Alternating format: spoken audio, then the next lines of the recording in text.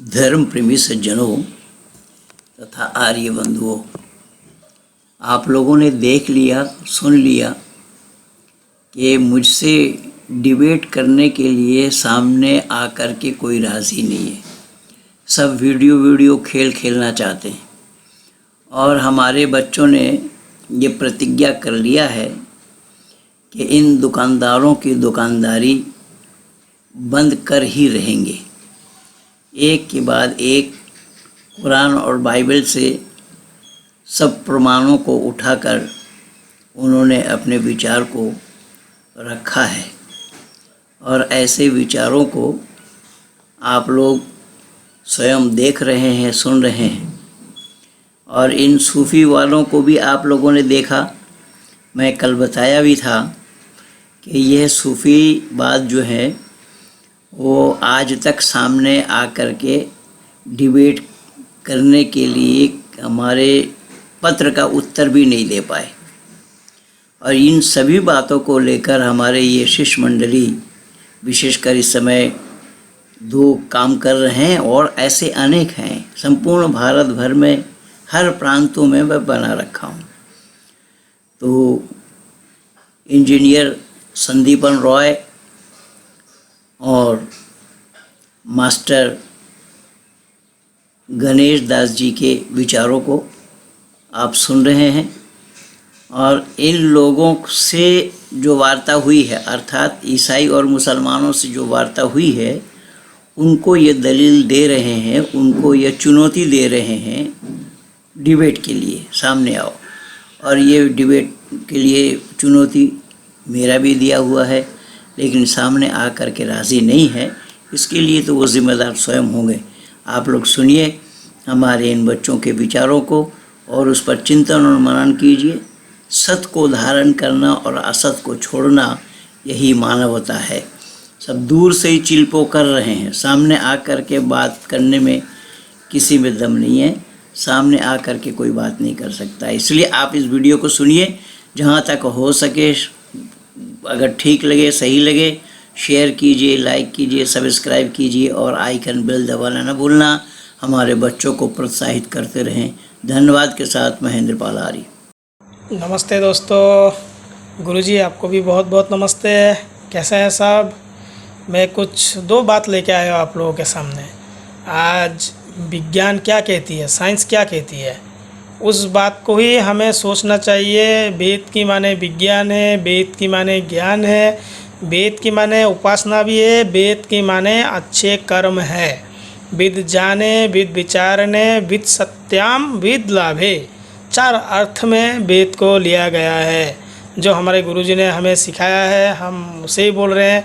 और बार बार मैं धन्यवाद देना चाहूँगा इनको कि इन्होंने हम जैसों को, जो हमें कुछ भी पता नहीं था, हम जैसों को उन्होंने शिक्षित किया, हमें सिखाया, सत्य का मार्ग को समझाया। आज उनके लिए हम दो बातें बोल रहे हैं, जान रहे हैं। आज देखिए, कुछ दिन से आप लोग देख रहे हैं राजेश भाई, राजेश आपकी तो बोलती मैं बंद करा के ही रहूँगा। आपको चुप कराया बिना मैं चुप नहीं बैठूँगा। लेकिन कितनी सुंदर सुंदर अच्छी अच्छी बातों को हम लोग उठा उठा के बाइबल से दे रहे हैं। आप बोल रहे हैं कि हम मूर्ख हैं। अरे महामूर्ख तो आप है, जिसने वादा करके भी अभी वीडियो का खेल खेल रहे हैं। हम तो खेलना नहीं चाहते हैं। हम बोलते हैं सामने आओ, लाफड़ा ख़त्म करो, ताकि दुनिया वाले भी तो देखे बाइबल में क्या है और हमारे वेद में क्या है। ये देखो भाई, क्या है, उत्पत्ति 21:2, उत्पत्ति 21:2, सारा 90 साल में गर्भवती हो गई। सारा 90 साल में गर्भवती हो गई। लेकिन हमारे साइंस विज्ञान क्या कह रही है, 45 या 50 एज के बाद कोई महिला गर्भधारण नहीं कर सकता। वो क्षमता ख़त्म हो जाती है तब तक की। ये है साइंस बाइबल की। जैसे चपटे धरती है वैसा चपटा साइंस भी है। उन लोगों को कहाँ अकल है? अकल नाम की कोई चीज़ है ही नहीं। सब तो गिर भी पड़ा है उसके पास, छोड़ो, जाने दो। और देखो सारा, फिर 23 में क्या है, 23 का 1 में फिर क्या बोला, सारा 170 127 साल में क्रिया तरवा में मर गई। एक जगह थी क्रिया तरवा में सारा मर गई 127 साल में। जिन्होंने 90 साल में गर्भवती हो गया, उसके बच्चे भी बड़े हो गए, 90 साल में गर्भवती भी हो गई। साइंस विरोध, विज्ञान विरोध, समाज विरोध, मानवता भी विरोध, सब विरोधी है। अच्छी बात है ही नहीं भाई। और जो आपकी जो उत्पत्ति है, बाइबल की उत्पत्ति है, उसी से तो आपको अच्छी तरह से पछाड़ा जा सकता है। उससे ही पछाड़ सकता हूँ आपको। ज़रूरत क्या है? हमें तुम्हारी ये सब चीज़ों की ज़रूरत नहीं है। जो प्रचार कर रहे हो, गाली दे रहे हो, कुछ कर रहे हो, करो जो करना है, लेकिन हम भी छोड़ने वालों में से नहीं है। हम सबको बोल रहे हैं भाई लोग देखो क्या अच्छी अच्छी सुंदर सुंदर बात है, कितनी सुंदर साइंस है, विज्ञान है, समाज की बातें हैं। तुम लोग मानवता को कभी भी आचरण में नहीं लाओगे। तुम अपने दिमाग को गिरवी छोड़ आए हो। तुम लोग कभी भी अकल को इस्तेमाल नहीं करोगे। तुम्हें ये कसम दिलाया गया है। आज बिगड़ी है डगर, उस डगर को बदलो। गांव को बदलो, नगर को बदलो। टोपी को बदलने से ना बदलती है निज़ाम। घर बदलना है तो इंसान के सर को बदलो। भाई ये मान्यता हमारी यहाँ है। जो तुम अच्छे मानव कहलाना चाहते हो तो सत्यता पर आचरण करो। क्या सत्य है? तुम मानव हो, श्रेष्ठ प्राणी हो। यार क्यों कहलाते हो अपने को मानव, जब तुम्हें सत्य चाहिए नहीं? झूठी बातों को लेके तुम लोग पड़े हुए हो। क्यों चाहिए तुम्हें? कैसे मानो हो यार? नमस्ते दोस्तों, इतना तक ही मेरा कहना था। धन्यवाद। नमस्ते सबको, बहुत बहुत नमस्ते। गुरुजी आपको भी नमस्ते। धर्म प्रेमी सज्जनों तथा विश्व में मानव कहलाने वालों, पिछले दिनों मैंने एक विषय को आपके सामने लेकर के आया जो कि था बाइबल पर, कि बाइबल की किंवदंतियां क्या है, किंवदंतियां किसको कहा जाता है। इस पर मैंने बात की थी। बहुत सारे पास्टरों को उसके बाद हम लोगों ने चैलेंज किया। हमारे गणेश भैया जी ने चैलेंज किया था, और पंडित जी ने तो खुली चुनौती दे ही रखी है। हमने बात किया अनेकों पास्टर से, अनेकों पादरियों से कि आप आइए, सामने आइए। सामने तो नहीं आएंगे, चलिए पंडित जी उनके ही राज्य में जाएंगे। पंडित जी ने ये भी कह दिया कि हम भाई आपके राज्य में जा कर के हम वहाँ पे हम डिबेट करेंगे। एक मुस्लिम नवयुवक है, मैं नाम नहीं लूंगा, उनको भी पंडित जी ने तय जगह पर उनका एड्रेस दे दिया कि भाई आप इस जगह में जाइए, इस केबिन में जाइए, इधर जाइए, तो आपको वहाँ पे वकील साहब मिल जाएंगे, उनके साथ बात कर लेंगे, बात की बातें बाद में होगी। लेकिन बात यही है कि कोई सामने नहीं आ रहा है, और सामने आने की हिम्मत नहीं है। सब वीडियो बना करके लिंक चिपका रहे हैं। अब कोई आप पर कीचड़ उछाल रहा है तो आपको जवाब देने के लिए उस कीचड़ में जाना पड़ेगा। और विडंबना तो ये है कि ऋषि मुनियों के भारत में कोई ऋषि दयानंद को गाली दे रहा है, या हमारे महापुरुषों को गाली दे रहा है, लेकिन इनके पास कोई तथ्य कुछ नहीं है। यद्यपि ये इनका काम है, ये तो यही करते रहेंगे। तुम लोग जो है ना वो बाइबल को नहीं समझ सकते। तुम लोग जो है ना मूर्ख लोग है। तुम लोग जो है ना गलत लोग है। तुम लोग जो है ना, तुम्हारे अंदर दिमाग नाम का कोई चीज नहीं है। बाइबल जानते हो, टॉप में चल रहा है, टॉप। तुम्हारा वेद का क्या औकात है? क्या औकात है तुम्हारे वेद का? अरे नहीं, हमारे वेद का क्या औकात होगा भाई। हम भाई इस शब्दों का प्रयोग ही नहीं करते। हमारे यहाँ इन सब शब्दों को हम किसी और के लिए इस्तेमाल, ये तो मैंने नकले कुफ्र किया, आपका अनुकरण करके मैंने ये बोला, लेकिन हम आपको ऐसे शब्दों से नवाजेंगे नहीं। क्योंकि जिनके पास शर्म नाम की कोई चीज नहीं होती है ना, तो भैंस के सामने बीन नहीं बजाया जाता, क्योंकि भैंस उसको क्या पता चलेगा। तो इसलिए स्टैम्प पेपर में साइन नहीं करना चाहते, जबकि उनका कंडीशन माना गया कि उनके स्टेट में जा करके अब तो जानते ही है किसका सरकार है वहां पे, उन्हीं के स्टेट में जा करके उनके साथ डिबेट किया जाएगा। लेकिन तुम्हारा जो ये पेपर है ना, ये हमको नहीं चाहिए, हमको ये पेपर नहीं चाहिए। क्यों नहीं चाहिए पेपर? पेपर क्यों नहीं चाहिए? अगर हम लोग मुकर जाए, हम लोग अगर हार जाए तो भाई वहां डिबेट क्यों होगा? ये पहली बात तो ये डिबेट होगा सच्चाई जानने के लिए। अब सच्चाई जब जान लेने के बाद उसको स्वीकार करनी चाहिए या उसको तिलांजलि देनी चाहिए? डर क्यों रहे हैं आप लोग? जब स्टैम्प पेपर में साइन, जब पंडित जी के साइन रहेंगे, सबके साइन वहां पे रहेंगे कि आप हार गए, आप अगर गलत कह रहे हैं, आप हार गए तो आपको वैदिक धर्मी बनना होगा, हम हार गए तो हमें ईसाई बनना पड़ेगा। ये तो एक तरफ से नहीं है ना, दोनों तरफ से। ऐसा तो नहीं है कि भाई केवल पंडित जी अगर हार गए तो पंडित जी ईसाई नहीं बनेंगे। पंडित जी हार गए तो पंडित जी को भी ईसाई बनना पड़ेगा, और आप लोग अगर हार गए तो आपको वैदिक धर्मी बनना पड़ेगा। इतना छोटा सा ही तो कंडीशन है भाई। सच्चाई जानने के बाद डिबेट क्यों किया जाता है? सच्चाई जानने के लिए। अब सच्चाई निर्णय होगा या नहीं होगा अलग बात है, लेकिन हमें ये कंडीशन तो रखना है कि भाई अगर आप हार गए तो आपको you must pay for it. अगर आप हार गए तो आपको वैदिक धर्मी बनना पड़ेगा, वरना समय पैसा ये नष्ट होगा। ये चीज आपको भी पता है कि पंडित जी यहां से जाएंगे तो इसका भुगतान तो आप तो नहीं करेंगे। और ऐसे ही बहुत सारे ईसाई 4 या 5 बार ईसाइयों ने समय देकर के ईसाई नहीं आए। यही तो इनकी है। मैं बाइबल से आज पोल खोल रहा हूं, टेंशन मत दीजिए, थोड़ा मैं भूमिका दे देता हूं। फिर बात क्या है? बात जवाब वीडियो खेल करके जवाब बनाने का है। तो वीडियो में क्या जवाब दिया गया? वीडियो में जवाब दिया गया कि जो है गलती से लूत को गलती से उनकी बेटियों ने दाख मधु पिला दिया और फिर लूत लेट गई। अब ये हमारे फ्रांसिस भैया को देख लीजिए। फ्रांसिस भैया भी कल दुबक गए। उनका वीडियो भी मैं बहुत देखता हूं, मुझे मजा भी आता है। तो फ्रांसिस भैया बोल रहे कोई नया प्रश्न लाओ, ये तो रिफ्यूट हो गया। भाई रिफ्यूट हो गया है या डिफ्यूट हो गया है, सामने आने से पता चलेगा ना। रिफ्यूट किसको कहा जाता है? सामने तुम तो मुसलमानों के साथ तुम्हारे डेविड वुड टिक नहीं पाते, आपको ये नहीं पता होगा। ये इनके मुसलमानों के साथ ये टिक नहीं पा रहे। सोचिए, सामने कोई नहीं, इनके डेविड वुड सबसे बड़े पास्टर, वो भी जाकिर नायक से हारा हुआ है। तो फिर ये वैदिक धर्मियों से क्या डिबेट करेंगे?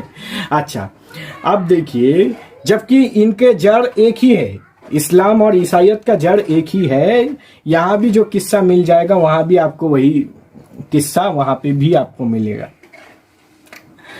तो कहने का तात्पर्य ये है कि लूत को उसकी बेटी ने दाख मधु पिला दिया। अब पैगंबर क्या इतना मूर्ख होता है कि वो पानी और दाख मधु में उसको फर्क नहीं पता चल रहा? अरे इसी बात को लेकर के आओ ना, इसी बात को लेकर के डिबेट करते हैं कि पैगंबर यहोवा ऐसे इंसान को पैगंबर बना रहे हैं जो पानी और दाख मधु दारू में फर्क नहीं कर पा रहा। क्या दारू का सेंट से नहीं पता चलता कि ये दारू है या पानी है? और बेटी पिला रही है, उस बेटी के दाग मधु को पैगंबर नहीं पहचान पा रहे। तो ये बुद्धिमान हम हैं या वो है जो दाग मधु पहचान नहीं पा रहा है?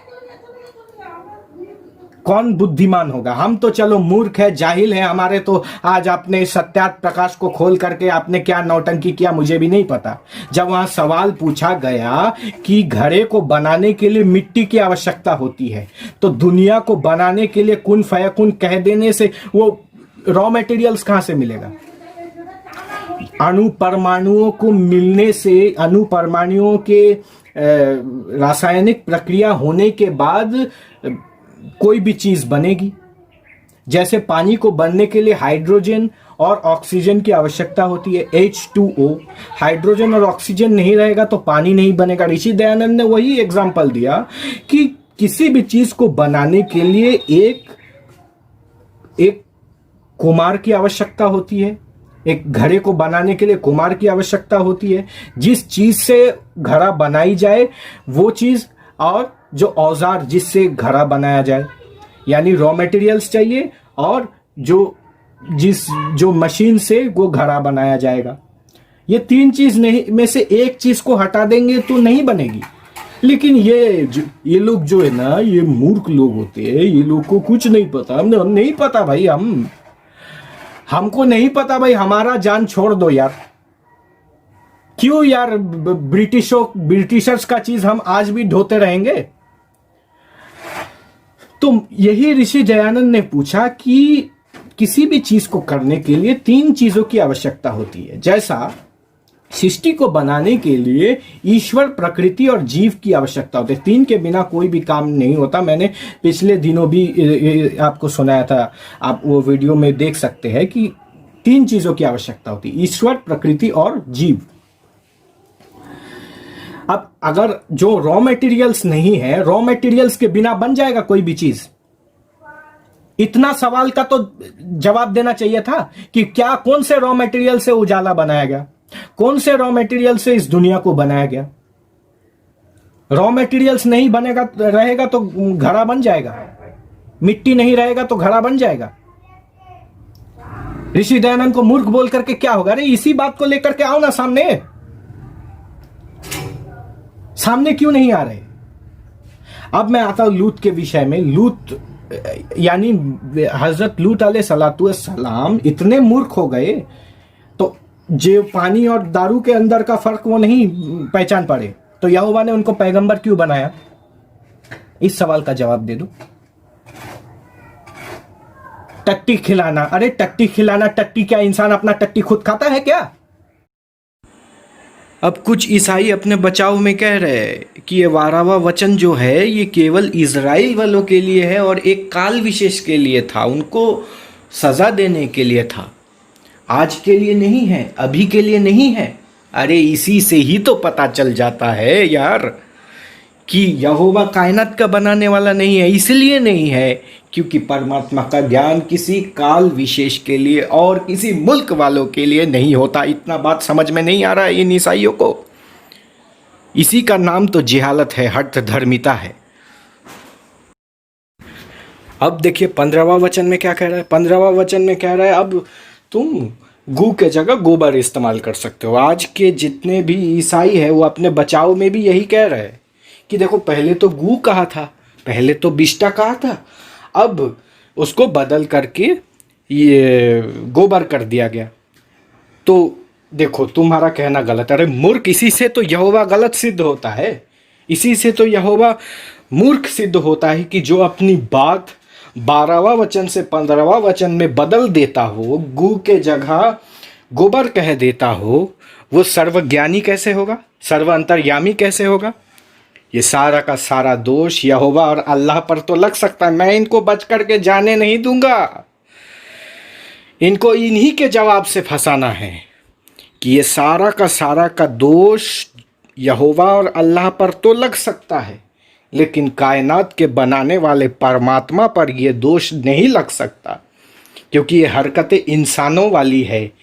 ये मनुष्य की हरकत है कि अपने ही कही हुई बात को यहोवा को भुला देना पड़ रहा है। पर 12वां वचन से 15वां वचन, ज़्यादा दूर जाने की ज़रूरत नहीं है। अपने ही बात को भुला करके उसको पता नहीं है कि मुझे अपने ही बात को भुलाना पड़ेगा। तो ये यहोवा है। जो इतनी बात नहीं समझ रहा वो दूसरे लोगों को मूर्ख कहते हैं।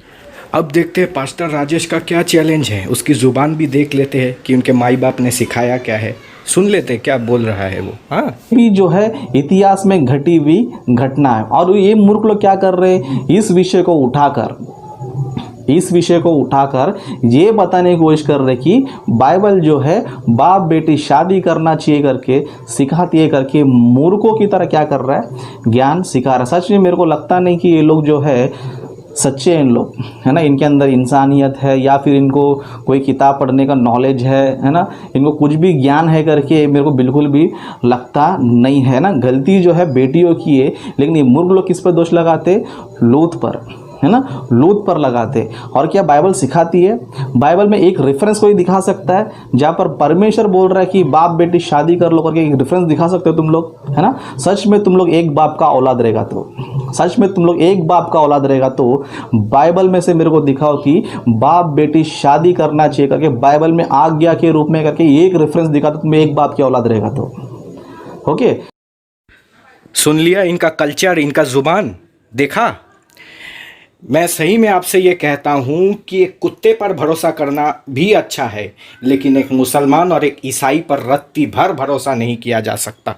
जुबान देखिए किस प्रकार से बोल रहा है, एक बाप की औलाद है कि नहीं। अरे तुम, हम क्या है कि नहीं है वो तो छोड़ो ना, तुम्हारा ईसा का बाप कौन है रे?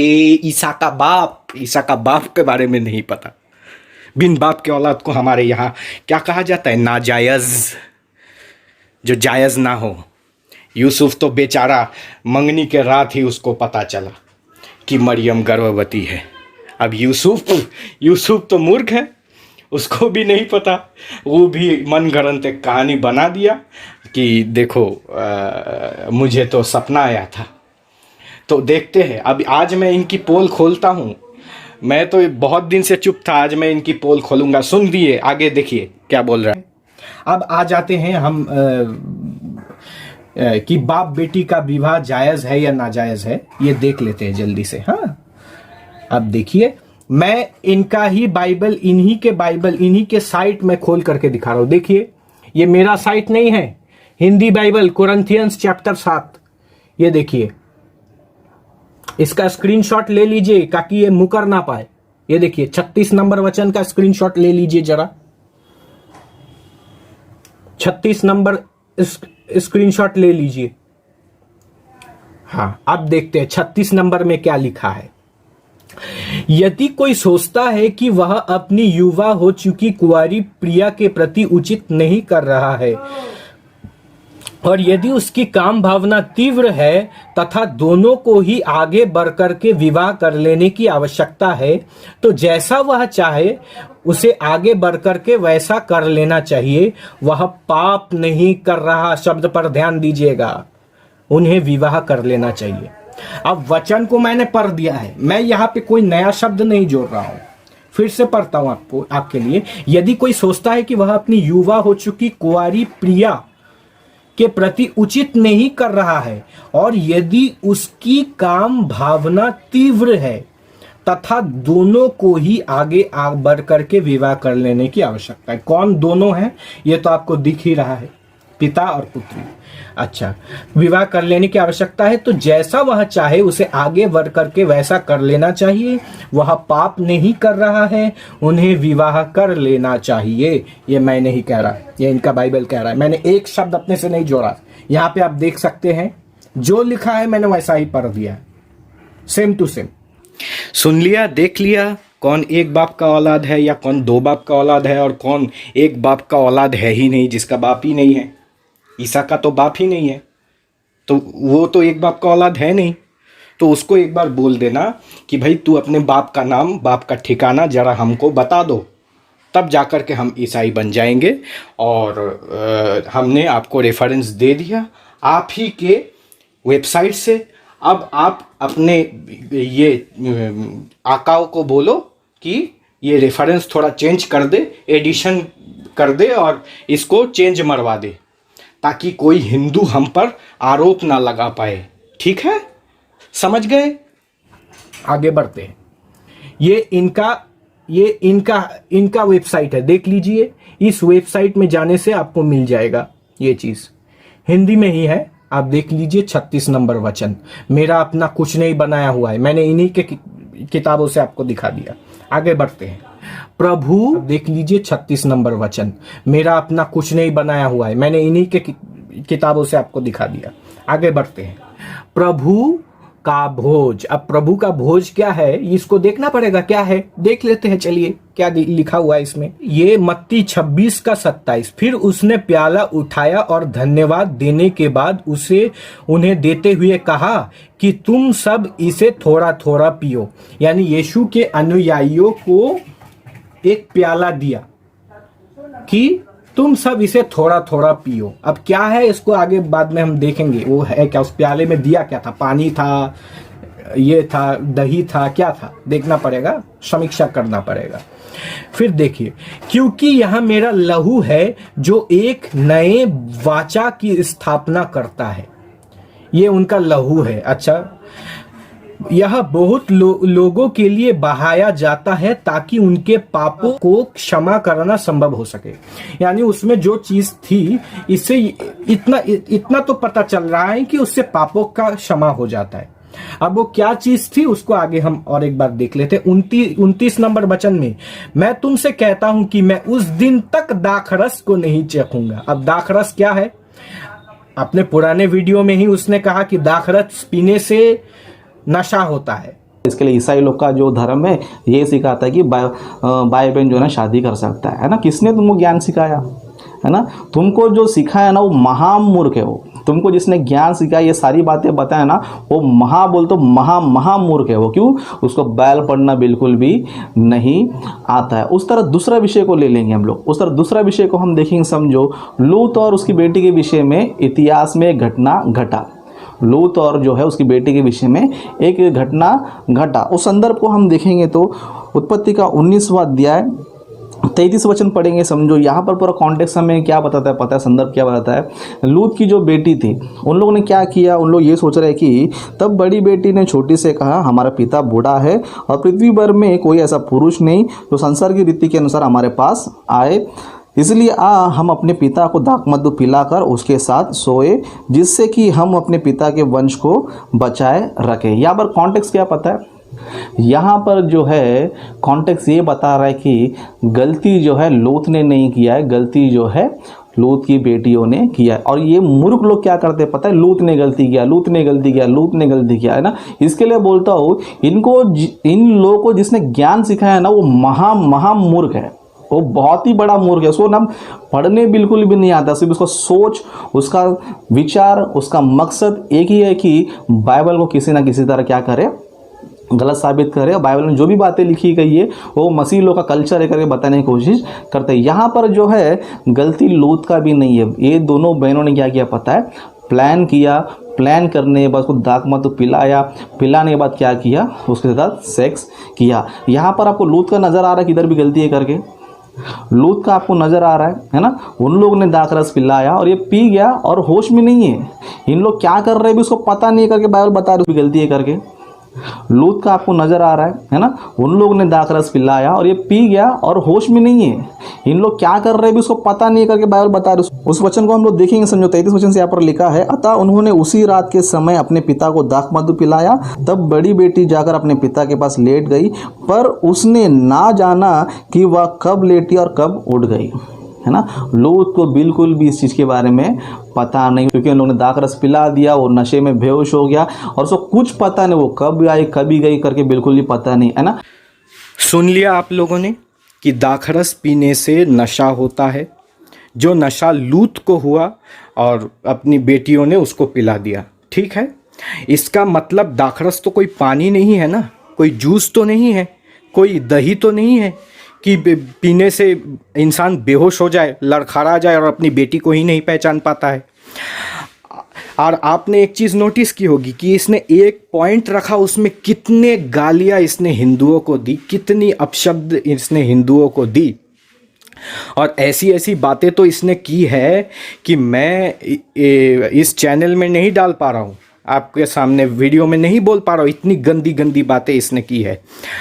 अब यह कहते हैं कि हमारा कल्चर इतना महान है। ज़ुबान से पता चल रहा है कि कौन कितना नीचे गिर सकता है, कौन कितना अपशब्द इस्तेमाल कर सकता है, कौन कितना गंदा भाषा इस्तेमाल कर सकता है। ये आपने देख ही लिया। अब मैं इन्हीं के वेबसाइट से, ये हमें झूठा बोल रहे हैं तो इन्हीं के वेबसाइट से मैं वहाँ ट्रांसलेशन शराब आपको दिखा दूंगा। लेकिन पहले आप इसका वीडियो देखिए कि इस किस प्रकार से लोगों को गुमराह कर रहा है और कह रहा है कि वो तो सलाड के जैसा है, सलाद जैसे खाते हैं वैसे ही दाखरस पिया जाता है। आप देख लीजिए ये कैसे मुकर रहा है। आज शराब अलग है, दाखरस अलग है। मैं आपके सामने तथ्य दे रहा हूँ, आप टेंशन मत लीजिए। आप पहले इसका झूठ देखिए। परंतु तूने अच्छा दाखरस अब तक रख छोड़ा है ना। किधर भी शराब करके लिखा है, यहाँ पर किधर भी शराब करके लिखा है क्या, है ना। दाखरस दाखरस दाखरस दाखरस करके लिखा है ना। मूर्ख लोग है तुम लोग। इसके लिए मैं तुमको बोलता, तुमको जनरल नॉलेज नहीं है, बाइबल तुमको पढ़ना भी नहीं आता है ना। बाइबल तुमको पढ़ना भी नहीं आता है। यहाँ पर दाखरस की बात हो रहा है तो दाखरस को क्या कर दिया तुम लोगों ने, शराब बना दिया। शर्म है तुम लोग को इस तरह झूठ बोलने के लिए, है ना। दाखरस को शराब बना दिया, शर्म है तुम लोग को, है ना। शराब क्या होता है पता नहीं है, दाखरस क्या होता है पता नहीं, सिर्फ झूठ बोल रहे, है ना। तुम्हारे ईश्वर लोग पीते रहेंगे, दारू बीरू गांजा पीता है, कोई चरस पीता है ना, कोई भांग पीता है, दारू पीता है। वो तुम्हारे लोग तुम्हारे पास रखो तुम्हारा गंदगी। यीशु पे मत तोपो तुम लोग, है ना। इतना सारा गंदगी तुम्हारे पास रख के अब यीशु मसीह क्या कर रहा है, वो दाखरस बना के लोगों को दिया तो लोग तुम क्या बता रहे हो, शराब पिलाया क्या। शर्म तो है तुमको इस तरह झूठ बोलने के लिए, है ना। तुम्हारा सारा झूठ यहाँ पे पोल खुल रहा है तुम्हारा, है ना। इसके लिए तुम लोग गलत आदमी से पंगा लिया अभी तक, है ना। अभी तुम जितने भी क्रिश्चियन लोग भोले वाले लोग हैं, तुमको जवाब देने को नहीं आता है ना। मेरे से लोग को लगेगा, समझो मेरे मुंह से जो भी आता है ना, मुंह तोड़ सीधा दिल पे वार, है ना। इसके लिए तुम लोग क्या हो रहा है अभी मेरे वीडियो को देखकर बर्दाश्त नहीं कर पा रहे तुम लोग, है ना। क्यों हमारे गुरु जी को ऐसा बोल रहे, क्यों हमारे यीशु को बोलते हमको बुरा नहीं लगेगा, है ना। हमारे यीशु को इतना बुरा भरा बोलो, चोर बोल रहे हो, शराब पिलाने वाला बोल रहे हो, है ना। हमारे यीशु को इतना बोल रहे तो हमको बुरा नहीं लगेगा। तुम्हारा गुरु को बोलते हैं बुरा लग रहा है ना। उसको तो हम लोग कुछ ही बोल सकता है, लेकिन हम लोग फिर भी हमारे शब्दों में बहुत कंट्रोल रख रहे हैं, है ना। इतना सारा झूठ बातें बनाना, झूठी बातें सिखाना, लोगों को बरकलाना, है ना। तुम कितना भी झूठ बोलो यार, जीत किसकी होता है, हमेशा सच्चाई का ही जीत होता है ना। तुम लोग ने डायलॉग मारता है ना। तुम लोग डायलॉग मारता है, क्या डायलॉग मारता है, सत्य हमेशा जीतते जाता है और झूठ हमेशा नाश होते रहता है ना। इस लॉजिक को एक बार भारत देश में देख कैसा हो रहा है, कौन नाश हो रहा है, कौन जीत रहा है ना। क्रिश्चियन जो है ना जीत रहा है, क्रिश्चियन उन्नति कर रहा है भारत देश में। तुम्हारा क्या हो रहा है, तुम्हारा नाश होते ही जा रहा है ना। तुम्हारा डायलॉग तुमको समझ में आ रहा है, तुम क्या बोल रहे हैं, है ना। सही बोलते हो तुम लोग। सुन लिया इनकी अच्छाई, इनका कितना अच्छा, इनका रिच कल्चर है, बहुत रिच कल्चर ये भांज रहा था, चिल्पो कर रहा था। भाई सुन, एक बात है कि तू कौन सा पास्टर है, तू अपने घर में पास्टर होगा। अपने घर में तू पास्टरगिरी दिखाना, हमारे सामने आएगा तो फिर हम देख लेंगे तुझे। अपने घर में पास्टरगिरी दिखाना। अब मैं तेरे वेबसाइट से दिखा रहा हूँ, पहले अपने क्रिश्चियन लोगों को पहले सिखा कि यहाँ पे शराब, ये ट्रांसलेशन इसको गलत किया है, इसको सही कर पहले, ठीक है। पहले ये ट्रांसलेशन सही कर, अपने लोगों को मूर्ख बोल, फिर हमारे लोगों को मूर्ख बोलना। अब मैं तेरे वेबसाइट से ही दिखा देता हूँ कि वहाँ पे क्या लिखा है। चल ये देख। अब देखिए इसका पोल मैं खोल रहा हूँ। अब देखिए BibleRef.com। अब ये मेरा कोई वेबसाइट नहीं है, ये हम हिंदुओं ने नहीं बनाया, तुम्हारे यही बिन बाप के अनुयायियों ने ही बनाया है। तो आप देखिए यहाँ पे 10वां वचन, पर बुलाया और कहा, हर कोई पहले पसंद शराब लाता है और फिर मेहमानों को पीने के बाद सस्ती शराब, लेकिन आपने अब तक का सर्वश्रेष्ठ शराब बनाया है। सुन लिया कौन झूठ बोल रहा है, कौन झूठा है, कौन एक बाप का औलाद है, कौन बिन बाप की औलाद है। मैं किसी को दोष नहीं दे रहा हूँ। अब पहले अपने जो ये है उनको कहो कि इसका ट्रांसलेशन बदल दे, यहाँ लेपा पोती कर दे, यहाँ कुछ और डाल दे, यहाँ दही डाल दे, ताकि हिंदू यहाँ दही बोले, शराब ना बोले, ठीक है। तो ये आप इसमें संशोधन कर लीजिएगा, ताकि बाद में जा कर के कोई आप जैसे लोगों के साथ पंगा ना ले सके, है ना। वैसे गुंडों से पंगा हम कैसे ले सकते हैं, अच्छा इंसान, एक शरीफ इंसान गुंडों से पंगा कैसे ले सकता है। वैसे आपकी ज़ुबान ही बता रही है कि आपके माता पिता आपको सिखाए क्या होंगे और आपने क्या सीखा होगा, पब्लिक पटल में क्या बोलना चाहिए क्या नहीं बोलना चाहिए। तो ठीक है, और आप भी इस बात को डिनाई नहीं कर सकते हैं कि दाखरस से नशा होता है। आपने खुद बोला है कि इस दाखरस को पी करके लोग अपने बेटी को भी नहीं पहचान पाते, जैसा जो नशा लूत को हुआ था, अपनी बेटी ने लूत को जब शराब पिला दिया था तो दाख मधु पिला करके ही नशा, यानी दाख मधु पीने से नशा होता है, इतना बात तो कंफर्म है। अब देखिए, मैं तुमसे कहता हूं कि उस दिन तक दाखरस को नहीं चखूंगा जब तक अपने परम पिता के राज्य में तुम्हारे साथ नया दाखरस ना पी लूं। यानी वो जो पिलाया गया जिससे क्या पाप क्षमा होता है, वो क्या था? वो दाखरस था। यानी दाखरस पीने से पाप क्षमा हो जाता है। जिस चीज को पीने से नशा होता है, आपने खुद कहा, उस चीज को पीने से पाप क्षमा हो जाएगा। इसीलिए मैं कहता हूं ये पापियों का जमावड़ा है, धार्मिक लोगों का नहीं। आगे बढ़ते हैं, अब देखते हैं इनके किंवदंतियों को। लूका 7:21 में, उस समय उसने बहुत से रोगियों को निरोग किया, ये यीशु मसीह बहुत से रोगियों को निरोग किया और उन्हें वेदनाओं तथा दुष्ट आत्माओं से छुटकारा दिलाया और बहुत से अंधे को आंखें दी। फिर उसने उन्हें उत्तर दिया, जाओ और तुमने देखा है और सुना है उसे यूहन्ना को बताओ। अंधे लोग फिर देख रहे हैं, लंगड़े लूले चल फिर रहे हैं और कोढ़ी शुद्ध हो जा रही, यानी कोढ़े को ठीक कर दिया जा रहा है। बहरे सुन पा रहे हैं और मुर्दे फिर जिलाए जा रहे हैं, यानी मुर्दे फिर से जिंदा हो जा रहे हैं। और धनहीन लोगों को सुसमाचार सुनाया जा रहा है।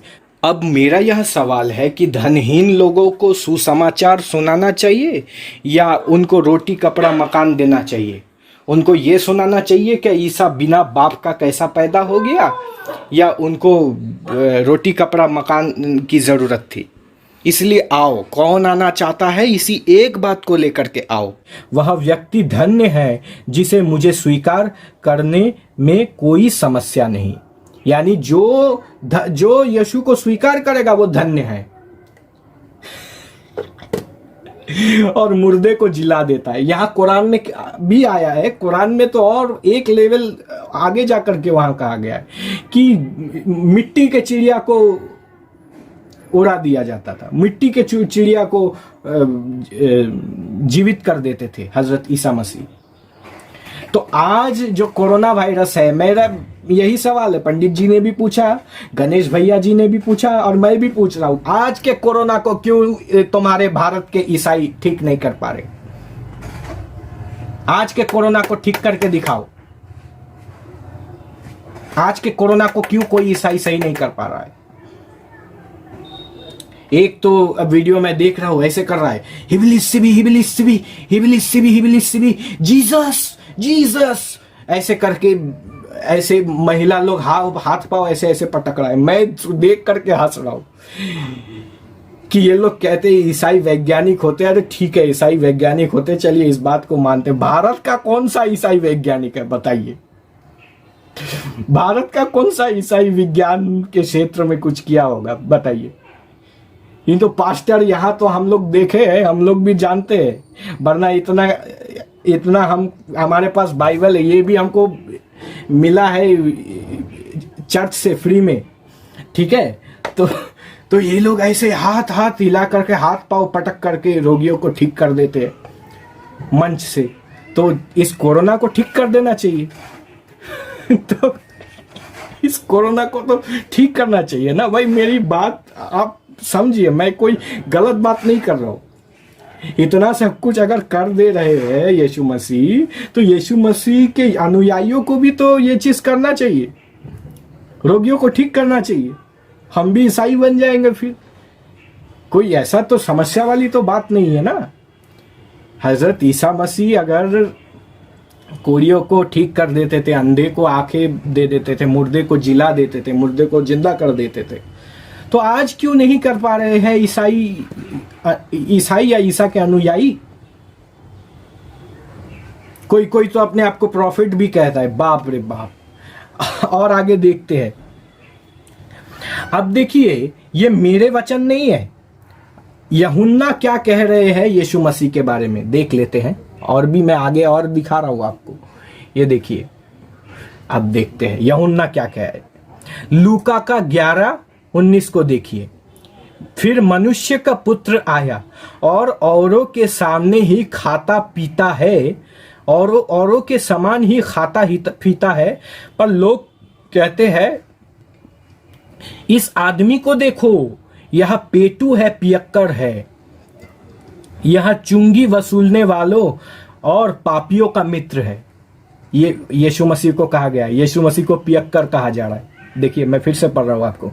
फिर मनुष्य का पुत्र आए और औरों के सामने ही खाता पीता है। फिर लोग कहते हैं इस आदमी को देखो, यह पेटू है, पियक्कड़ है, यह चुंगी वसूलने वालों और पापियों का मित्र है। पहले भी कहा और अब भी यही कह रहा है कि ये पापियों का मित्र है, पाप क्षमा कर देता है। तो इसी से अंदाजा लगा लीजिए कि ये धार्मिक लोगों का जमावड़ा है या पापी लोगों का जमावड़ा है। भाई पाप से कौन मुक्ति चाहेगा, पाप से कौन छुटकारा चाहेगा? जाहिर सी बात है पाप ही होगा, जो पाप करेगा वही छुटकारा चाहेगा या चाहने की कोशिश करेगा। इसलिए मैं दावत दे रहा हूँ, आओ धर्म की ओर लौटो। जो पाप से क्षमा चाहे, जो अस्तगफिरुल्लाह कह करके जो पाप से मुक्ति पा जाते हैं, वो धर्म नहीं, वो अधर्म कहलाएगा। चलिए और आगे देखते हैं क्या लिखा है वहां। किंतु बुद्धि की उत्तमता उसके कामों से सिद्ध होता है। यहाँ पे ईसाई भी इस बात पर सहमत है कि यीशु को पियक्कड़ कहा गया, यीशु दारू पीता था। आगे और भी मैं दे रहा हूं, ये एक नहीं है, ये लूका 11:19 यीशु को पियक्कड़ कहा गया। इसमें आगे बढ़ते हैं। अब देखते हैं कि यहोवा किस प्रकार से अज्ञानी है, क्योंकि हमारे यहाँ परमात्मा ज्ञानी कहा गया है। परमात्मा को आचार्य, मैंने पहले भी कहा है, ओम सनो बंधुर्जनिता सविदाता धामानि वेदे भुवनानि विश्वा यत्र देवा अमृतमाना स्थिति धाम अन्य धैर्यंतये। ऐ लोगों, वो परमात्मा सबके भ्राता के समान सुखदायक है, सबके नाम, जन्म, कर्म और स्थान को भी जानता है, क्योंकि वो सबका गुरु है, आचार्य है और न्यायाधीश भी है। इसलिए हम सबको क्या करना चाहिए? उसी परमात्मा की उपासना करनी चाहिए। लेकिन यहाँ पे देखिए, सभोपदेशक अध्याय 3, जो कुछ हुआ है वह इससे पहले भी हो चुका, जो होने वाला है वह हो भी चुका है, और परमेश्वर बीती हुई बातों को फिर से पूछता है। अब परमेश्वर जब सब कुछ जानने वाला है तो परमेश्वर को बीती हुई बातों को पूछना क्यों पड़ता है? क्यों पड़ेगा? बीती हुई बातों को पूछना क्यों पड़ेगा? छोड़ो, मैं यहाँ का पटकथा हमको नहीं जानना है। मुझे ये बताओ, परमेश्वर को बीती हुई बातों को पूछना क्यों पड़ता है? ये सभोपदेशक अध्याय 3:15 परमेश्वर को बीती हुई बातों को पूछना पड़ रहा है। क्यों पूछेगा भाई? जब परमेश्वर सर्वज्ञानी है, सर्व अंतर्यामी है, तो परमेश्वर को बीती हुई बातों को क्यों पूछना पड़ेगा? ये देखिए, ये भी मेरी बात नहीं है, ये भी आपको इसी बाइबल में मिल जाएगा। देखिए ध्यान से, ये देखिए सभोपदेशक अध्याय 3 देख लीजिए। अब देखे यीशु मसीह गधे की चोरी कैसे करता है, यहां पर भी लिखा है, इनके भी आपको मिल जाएगा। देखिए, क्या यीशु मसीह गधे को चुरा लाया था? ये देखिए सवाल। अब देखते हैं ल्यूक 19:29 से 34। जीसस ने अपने 2 शिष्यों को यह कहते हुए भेजा कि तुम गांव में जाओ, तुम एक बछिया को बांधे हुए पाओगे, एक बछड़े को बांधे हुए पाओगे, जहां पर अभी तक कोई आदमी नहीं बैठा है उसे ढीला करो। मतलब जब कोई आदमी बैठा नहीं रहेगा तब जाकर के उसको ढीला करो, ठीक है, और उसे ले आओ। और यदि कोई हो मनुष्य तुमसे पूछता है तुम उसे ढीला क्यों करते हो, जब कोई अगर पूछेगा कि भाई तुम इस जो बछड़ा है इसको ढीला क्यों कर रहे हो, इस प्रकार तुम उसे कहोगे क्योंकि प्रभु को आवश्यकता है। उनसे कहना कि प्रभु को इस चीज की आवश्यकता है। और जैसे ही वह बछड़े को खोल रहे थे वैसे ही मालिकों ने उनसे कहा तुम क्यों बछड़े को ढीला कर रहे हो। यानी मालिक जब पकड़ लिया उसके चेले को, यीशु के चेले को, कि तुम मेरा बछड़ा को क्यों ढीला कर रहे हो, फिर उन्होंने कहा प्रभु को उसकी आवश्यकता है। अब कोई इंसान मौजूद नहीं है उस वक्त, अगर किसी बछड़े को हम लेकर के आए, जब यीशु कह रहा है कि कोई जब नहीं रहेगा तब उस बछड़े को लेकर के आए, मेरे पास आ जाना, और अगर कोई रहता है तो उसको बोलना कि प्रभु को आवश्यकता है। अच्छा ये बताइए कि अगर कोई इंसान मौजूद नहीं है और उस इंसान की चीज को हम लेकर के आए तो उसको क्या कहा जाएगा? जाहिर सी बात है, उसको बिना पूछे अगर कोई चीज हम लेकर के आए, अगर उस मालिक को बिना पूछे हम किसी चीज को लेकर के आए तो उसको चोरी कहा जाएगा। सुन लो दुनिया वालों, कान खोल करके। तो अगर उसको चोरी कहा जाएगा तो यीशु मसीह क्या कर रहे हैं यहाँ पे? क्या करने का उपदेश दे रहे हैं? जब पकड़ा जाए तो कह देना कि भाई प्रभु को इसकी आवश्यकता है। अब जो इन्होंने प्रश्न पूछा कि 1,96,08,53,121वां साल, इतना पुराना मनुष्य था क्या? अब देखिए, ये मैंने गूगल में सर्च किया, ओल्डेस्ट ह्यूमन फॉसिल, मनुष्य का सबसे पुराना जो फॉसिल है वो कितना साल पुराना है? देखिए, 2 million years ago the oldest reliability classified fossil belonging to the genus Homo date back to a little over 2 million years ago। यानी 2 मिलियन ईयर्स पहले का जो कंकाल है, मनुष्य का कंकाल मिल चुका है। देख लीजिए, ये कंकालों का तस्वीर भी है। ये कार्बन डेटिंग होता है, इनको नहीं पता होगा कार्बन डेटिंग किसको कहा जाता है। ये देखिए, ये कोई मेरा साइट नहीं है, अपना साइट नहीं है। यहाँ पे डिस्कवरी मैगजीन 2 मिलियन ईयर्स पूर्व फॉसिल मिल चुका है, और बाइबल कह रहा है 5,000 साल। अब इससे ये तो नहीं कह सकते ना कि वेद सही कह रहा है या गलत कह रहा है। वेद सही भी हो सकता है, गलत भी हो सकता है, क्योंकि वेद तो उससे पुराने वाली सृष्टि की बात कर रहा है, 2 अरब साल पुराने सृष्टि की बात कर रहा है। लेकिन आप ये बताइए कि इससे तो ये तो पता चल गया ना कि बाइबल का 6,000 साल पहले वाली सृष्टि का जो थ्योरी है ये गलत है। इससे ये पता चल जाता है कि बाइबल ईश्वरीय ग्रंथ नहीं है, बाइबल विज्ञान विरुद्ध ये एक ग्रंथ है और कपोल कल्पित गाथाओं से भरी पड़ी है। और आपने बोला कि मैक्स मूलर को हम लोग दोष देते हैं। देखिए, मैक्स मूलर को हम लोग दोष देते हैं, क्यों दोष देते हैं? क्योंकि मैक्स मूलर ने यही बात हम अपने से ये बात नहीं कह रहे, मैक्स मूलर ने खुद कहा है। देखिए क्या कहा है मैक्स मूलर ने। मैक्स मूलर के संस्करण volume 1 chapter number 15 page number 328, ये life and letters of Friedrich Max Muller volume number 1, इसमें क्या कह रहे हैं मैं हिंदी में पढ़ देता हूं। मेरा यह संस्करण और वेद का अनुवाद कालांतर में भारत के भाग्य को दूर दूर तक प्रभावित करेगा। यह उनके धर्म का मूल है। शब्द पर ध्यान देना, वेद हिंदुओं के धर्म का मूल है, मैक्स मूलर कह रहा है। मेरा यह निश्चित मत है कि उन्हें यह दिखाना है कि उनका मूल कैसा है। मेरा यह मत है, मैक्स मूलर कह रहा है कि उनका जो मूल है वो कैसा है, उनको दिखाना है। गत 3000 वर्ष में इससे उत्पन्न होने वाली सभी चीजों को जड़ समेत उखाड़ फेंकने का एकमात्र उपाय है। 3000 वर्ष पूर्ण जो संस्कृति है उसको एक समेत एक बार में जड़ से उखाड़ फेंकने की ये एकमात्र उपाय है। ये मैं नहीं कह रहा, मैक्स मूलर का संस्करण मैंने पेज नंबर भी दे दिया है, देख लीजिए। तो मैक्स मूलर क्या कह रहा है? मैक्स मूलर कह रहा है कि ये जो मेरा वेद भाष्य है ये लोगों को दूर दूर तक प्रभावित करेगा, और ये भारत की जो 3000 साल की जो संस्कृति है इसको एक बार में नेस्तनाबूद कर देगा। यहाँ पे ये कहा गया है। आगे बढ़ते हैं।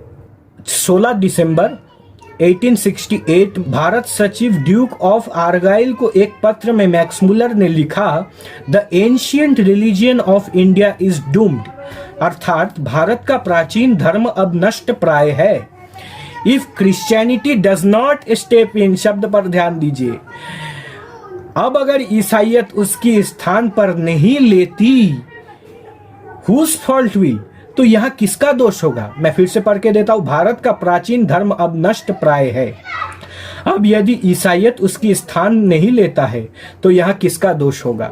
ये मैक्स मुलर 16 दिसंबर 1868 को भारत सचिव ड्यूक ऑफ आर्गाइल को एक पत्र में मैक्स मुलर में लिखा है। ये वही संस्करण में आपको चैप्टर नंबर 16 पेज नंबर 378 में आपको ये बातें मिल जाएगी। अब ईसाइयत के प्रचार की दिशा में मैक्स मुलर के प्रयासों का सराहना करते हुए उनके घनिष्ठ मित्र ईबी पुसे ने क्या लिखा? देखिए, your work will mark a new era in the efforts for conversion of India. Bharat को ईसाई बनाने की दिशा में किया गया आपका प्रयास एक नए युग का सूत्रपात करने वाला होगा। यह मैं नहीं कह रहा, ये ईबी पुसे कह रहे हैं, जो कि मैक्स मुलर के घनिष्ठ मित्र थे। तो हम अपने आप से कुछ नहीं कहते, आप ही के ईसाई जो ब्रिटिश लोग थे उन्हीं के किताब से हम आपको खोल करके दिखा रहे। ये देखिए, क्योंकि हम तो ऐसे हम जब बात करते हैं हम तथ्यों के साथ, वहां तो जब डिबेट होगा तो वहां तो भौंकने से तो नहीं होगा ना, वहां तथ्य देने पड़ेंगे। जो तथ्य आपके पास नहीं है, इसके कारण ही आप डर रहे हैं। अरे आइए ना, सामने आइए। स्टैम्प पेपर में लेखा पढ़ी करने में आपको दिक्कत किस बात की है? अगर आपके अंदर आपका सच है तो आपको कॉन्फिडेंस होना चाहिए ना कि हाँ हम सच है, हमें कॉन्फिडेंस है, हम सच है। दूसरी बात, आपने ब्रह्मा किसे कहा जाता है? ब्रह्मा को आपने कहा कि ब्रह्मा, श्री राम, ये लोग व्यभिचारी थे। तो ब्रह्मा उस निराकार परमात्मा का ही एक नाम है। उस निराकार परमात्मा का एक नाम ब्रह्म है। जैसा आप देखिए पंडित जी को, पंडित जी जब इमाम थे तो जब मस्जिद में जब वो नमाज पढ़ाते थे, जब वो अजान देते थे, तब उनको इमाम कहा जाएगा। अब अगर वही मनुष्य जब मदरसे में जाएंगे तो उनको मौलाना कहा जाएगा। अब वो वेद का प्रचार कर रहे हैं तो उनको पंडित जी कहा जाएगा, और उनके कोई मित्र होंगे तो उनको महेंद्र पाल आर्य जी कहेंगे। तो एक ही इंसान के कई नाम है। चूंकि परमात्मा इस दुनिया के बनाने वाले हैं, उस परमात्मा का एक नाम ब्रह्मा है। अब कुछ पौराणिक जो कपोल कल्पित, क्योंकि वेद में तो ये बात नहीं आया और हमारा धर्म ग्रंथ वेद है, वेद से आप यही चीज आप दिखा दीजिए कि हाँ भाई ये बात लिखी गई है, तो हम भाई मान लेंगे भाई हाँ भाई सही कहा है, सही कहा होगा, अगर कहा है तो सही कहा है। तो उस परमात्मा का एक नाम ब्रह्मा है, यानी क्रिएटर। ब्रह्मा शब्द का अर्थ होता है खालिक, बनाने वाला। तो चूंकि वो परमात्मा इस सृष्टि को बनाने वाला है, इसलिए उसका नाम ब्रह्मा है। दूसरा, आपने बोला कि आपके परमात्मा माता भी है, पिता भी है, तो क्या नपुंसक होगा? नहीं, नपुंसक नहीं होगा, यानी पुरुष होगा। तो पुरुष होगा तो उस यहोवा ने मरियम को गर्भवती किया, तो उस यहोवा का गुप्त इंद्रिय कहाँ पे है ये बताओ? आगे है या पीछे है, कहाँ पे है? पुरुष है ना, आप ही ने कहा है परमात्मा पुरुष होता है, क्योंकि पिता है। जाहिर सी बात है, हमने माता भी कहते, पिता भी कहते, क्योंकि पालन करने वाला है इसलिए पिता कहा गया है, धारण करने वाला है इसलिए माता कहा गया है। ये हमारे यहाँ तो नाम चयन होता है गुण के हिसाब से, जैसा मैंने आपको बोला। लेकिन आपने कहा कि पिता है, अगर पिता माता दोनों है तो नपुंसक हो जाएगा। तो अगर पिता है तो पुरुष है, तो पुरुष है तो उसका गुप्त इंद्रिय कहाँ पे है? इसी बात पर डिबेट करते हैं। गुप्त इंद्रिय कहाँ पे है उसका? वही पुरुष है तो गुप्त इंद्रिय होगा ना यहोवा का, कहाँ पे है? तो ब्रह्मा उसी परमात्मा का एक नाम है, और उस ब्रह्मा नाम के एक ऋषि भी हमारे यहाँ हुए हैं। अग्नि, वायु, आदित्य और अंगिरा के बाद चारों वेद जिन ऋषि को प्राप्त हुआ, उन ऋषि का नाम ब्रह्मा ऋषि था। लेकिन ये लोग तो गंदा गंदा पिक्चर डाल करके ये जो 4 मुख वाला ब्रह्मा और गंदा गंदा पिक्चर डाल करके इन्होंने हिंदुओं को बदनाम करने के लिए, हिंदुओं को एक प्रकार से नीचा दिखाने के लिए और हिंदुओं को गाली देने के लिए ये सारा का सारा इन्होंने वीडियो तक बनाया है, आपत्तिजनक तस्वीर लगा करके। इसलिए मैं कहना चाहता हूं कि आइए इसी विषय को लेकर के आइए ना, सामने आने में आपको दिक्कत क्यों हो रही है? आइए सामने आने से पता चलेगा। और पंडित जी भी एक ही बात पंडित जी भी कहते हैं कि वज़िद्दु कुल्ल इम्रइन मा कान यजहलहु वल जाहिलून लिअहलिल इल्म अज़ाओ, कि जिद करते हैं वो जो नावाकिफ होते हैं, इसलिए आलिम इंसान का दुश्मन होता है जाहिल। इसीलिए मैं आपसे कहना चाहता हूं कि उपदेशो ही मूर्खानाम प्रकुपय नशंतय पया पानांग भुजंगनाम केवलम विश्वर्धनम। मूर्खों को उपदेश देने से उनका गुस्सा बढ़ता है, जैसे सांप को दूध पिलाने से उसका जहर बढ़ता है, सांप को खाना खिलाने से उसका जहर बढ़ता है, सांप को खुराक देने से जिस प्रकार से उसका जहर बढ़ता है, उसी प्रकार से मूर्खों को उपदेश देकर के कोई लाभ नहीं होगा। इन्हीं शब्दों के साथ मैं कल और विषयों को लेकर के आपके सामने प्रस्तुत होऊंगा। तब तक के लिए बोलिए भारत माता की जय।